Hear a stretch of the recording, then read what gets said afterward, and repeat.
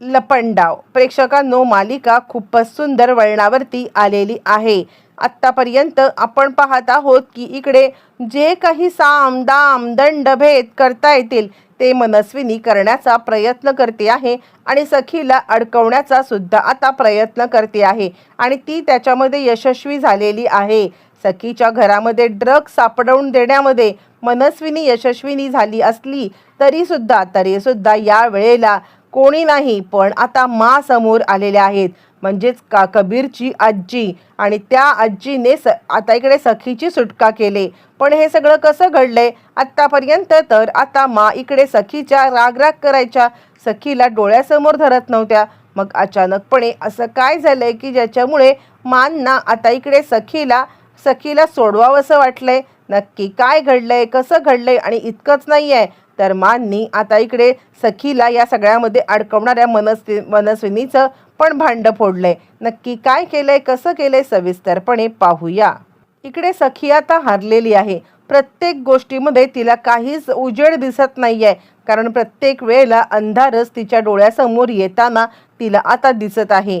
या सगळ्यामध्ये सखी आता साईबाबांच्या मंदिरामध्ये आलेली आहे आणि मंदिरामध्ये येऊन आता सखी तिकडे पाया पडत विचारत आहे, का मी जगू? मला माझ्या जगण्याला काही अर्थ नाही आहे, पण मरण्याची माझ्यामध्ये अजिबात हिंमत सुद्धा नाही आहे. काय करू की जेणेकरून मला या सगळ्यामध्ये आता ही सुटका मिळेल? असं म्हणत सखी या आता मात्र आपल्याला या सगळ्यामधून सुटका मिळण्यासाठी देवाच्या इथे आता जवळजवळ भीकच मागत आहे. मला या सगळ्यातून सोडव, मला काहीही झालं ना तरी सुद्धा आता जगण्याची अजिबात इच्छा नाही आहे. आणि हे सगळं सखी बोलत असताना आपण पाहिले की एक बाई येऊन आता तिकडे उभी राहिले आणि ती बाई मोठ्याने ओरडायला लागले, अरे ही तर सखी कामत आहे, ही तर सखी कामत आहे. हिनेच तर आता इकडे ड्रग्जचा इतका मोठा बाजार केलेला आहे, बघा. आणि तरी सुद्धा सढळ माथ्याने इकडे आता येऊन उभी राहिलेली आहे.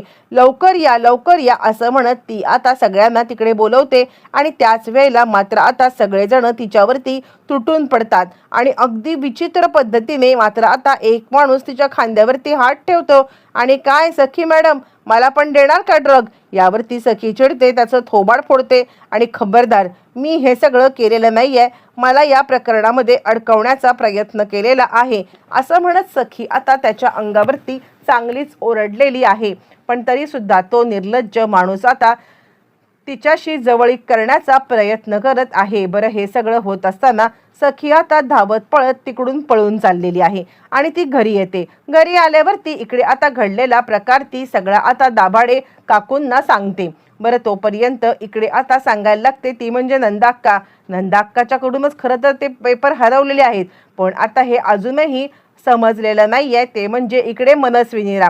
आणि त्याच वेळेला मनस्विनी सांगायला लागते, पेपर कुठे गेले असतील?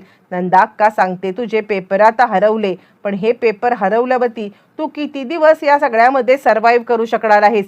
किती दिवस तू आता या सगळ्यामध्ये नाटक करणार आहेस की पेपर तुझ्याचकडे आहेत म्हणून? यावरती ती म्हणते, जितके दिवस करता येईल तितके दिवस तर करणार, पण हे सरकार कधीच हरणार नाहीये. पण खरं तर पेपरचं खूप मोठं गूढ आता झालेलं असतं, कारण आता काकूंनी ज्या आता बॉटलमध्ये ते पेपर ठेवलेत तर आता बॉटलमधून पेपर गायब कसे होतील? आणि घरामध्ये गौतम काकाला माहिती नाहीये, पुरुषोत्तम काकाला माहिती नाहीये आणि कुणालाच माहित नाही की पेपर कुठे आहेत. आणि त्याच वेळेला मात्र आता मनस्विनी सांगायला लागते, मी कधीच हरणार नाहीये, काहीही होऊ दे तरी सुद्धा मी हार मानणार नाही म्हणजे नाही. आणि त्याच वेळेला सखी आपली घरी आली. सखी घरी येताना इकडे आता मनस्विनीने खूप मोठा डाव रचलाय. सखी आणि जानू या दोघीजणी फिश मार्केटमध्ये ज्या वेळेला फिश खरेदीसाठी गेलेल्या असतात त्याच वेळेला मनस्विनीने मात्र आता जी फिश सखीने घरी आणले त्या फिशला कट करून त्याच्यामध्येच ड्रगच्या पुड्या ठेवलेल्या असतात आणि हे सखीला काहीच माहीत नाही आहे. आणि त्यामुळे सखी तो फिश घेऊन घरी आल्यावर ती फिश कापण्यासाठी काढणार, पण तितक्यातच तिकडे पोलीस आलेले आहेत आणि पोलीस आल्यावरती पोलीस आता सांगायला लागतात की सखी मॅडम, तुम्हाला ड्रगच्या अफरातफरीमध्ये किंवा ड्रगच्या डिलिंगमध्ये आम्ही आता अटक करायला आलेलो आहोत. आणि त्यावरती सखी म्हणते, हे बघा, तुमचा काहीतरी गैरसमज होतोय, मी यातलं काहीही केलेलं नाही आहे, मला आता माझ्या मावशीने अडकवण्याचा प्रयत्न केलाय. यावरती मात्र आता ते सांगायला लागतात, हे बघा, आम्हाला त्यातलं काही माहिती नाही आहे, जे काही आहे ना ते आता असं समोर आहे, तुम्ही आता ताबडतोब सरेंडर करा. यावरती सखी आता सांगायला लागते, अहो असं काय करताय, खरंच काही नाही आहे. त्यावरती मग आता हवालदारांना सांगितलं, तर चला यांची आता झडती घ्या, सगळीकडे झडती घ्या आणि झडती घेतल्यानंतर मग आता या झडतीमध्ये काय सापडतंय ते सुद्धा बघा. ज्या वेळेला झडती घेतली जाते आणि त्याच वेळेला कुठेच काही सापडत नाहीये आणि त्यावरती सखी म्हणते, बघितलं मी जे काही सांगत होते तेच बरोबर आहे. पण त्याच वेळेला त्यातल्या एका पोलिसाची नजर आता जाते, ती म्हणजे एका फिशवरती. आणि नजर कसली जाते, त्याला खरं तर मनस्विनीने सांगूनच पाठवलेलं असतं की फिशमध्ये हे ठेवलेलं आहे आणि त्यानंतर तुम्ही तिकडे डायरेक्ट जाऊन घ्यायचं. पण तो नाटक करतोय शोधायचं आणि त्यानंतर फिश उघडलाय. फिशमधून त्यांनी आता लगेचच बघा फिशमध्ये काय आहे असं म्हटल्यावरती त्या फिशच्या पोटामधून 2 आता त्या पिशव्या निघालेल्या आहेत. जो फिश आता मुद्दामच सखीसाठी तिकडे प्लॅन्ट करण्यात आलेला होता.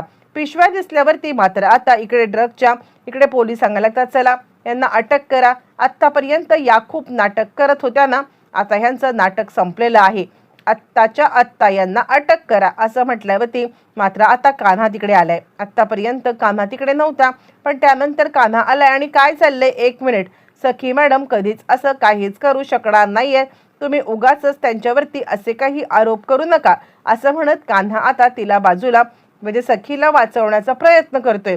पण इन्स्पेक्टर साहेब काही ऐकायला तयार नाहीयेत आणि त्याच वेळेला मात्र आता ते सांगायला, चला घ्या यांना पोलीस स्टेशनला. पोलीस स्टेशनला मात्र आता सखीला धावत पळत फरफटत नेण्यात आलेलं आहे. आणि ज्या वेळेला सखीला फरफटत पोलीस स्टेशनला नेण्यात आले, सखी आता जीवाच्या आकांताने ओरडून ओरडून आपला आता बचाव करण्याचा प्रयत्न करते.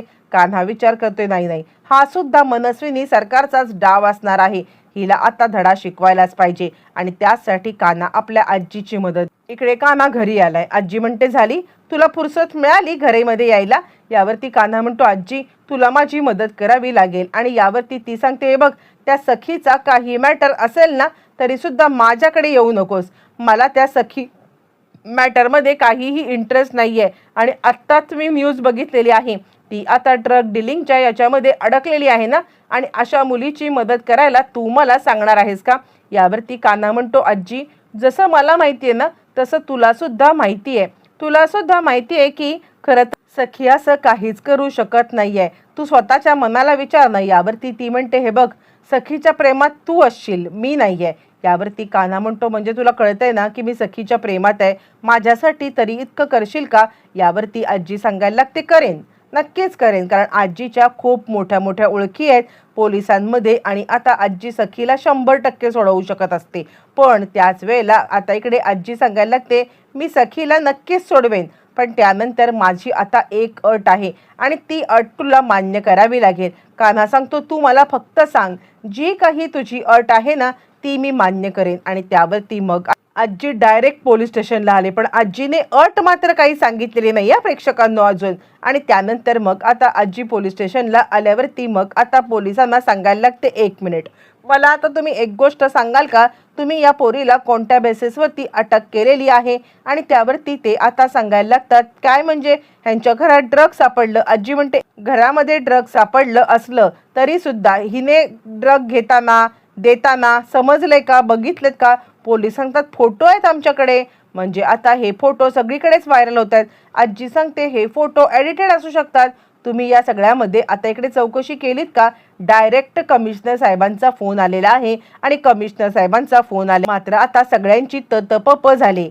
आजी म्हणते, हे बघा जे काही आहे ना ते कायद्यात बसून करायचं, म्हणजे आता तुम्हाला कायदा माहीत नसेल ना तर माझ्याकडून शिकून घ्या असं म्हणत आजीने मात्र आता चांगलंच तडकाफडकी करत इकडे आता सखीची सुटका केलेली आहे. आणि पोलिसांच्या हातामध्ये आता काही राहिलेलं नाहीये सखीला सोडण्याशिवाय, आणि त्यामुळे त्यांनी आता सखीला सोडलेलं आहे. बरं, आता सखीला सोडल्यावरती मात्र आजी तिला घेऊन बाहेर आले आणि सखी कंटिन्युअसली रडत आहे, मी काही नाही केलेलं आहे, मी काही नाही केलेलं आहे. आणि त्यावरती कान्हा आता सांगतो, थँक्यू आजी. आजी सांगते, थँक्यू नाही म्हणायचं आहे, तुला माहिती आहे ना मी तुला अट घातली होती, त्या अटीनुसार माझं आता सगळं तू मान्य केलंस तरच हिची सुटका होणार आहे. यावरती तो म्हणतो, हो मला सगळं मान्य आहे. आता आजीची अट काय असणार आहे, ती आता काय अट घालणार, सखीला सोडायला सांगणार का की मनस्विनी सरकारचा बदला घ्यायला सांगणार. येणाऱ्या भागामध्ये सगळं कळणार आहे.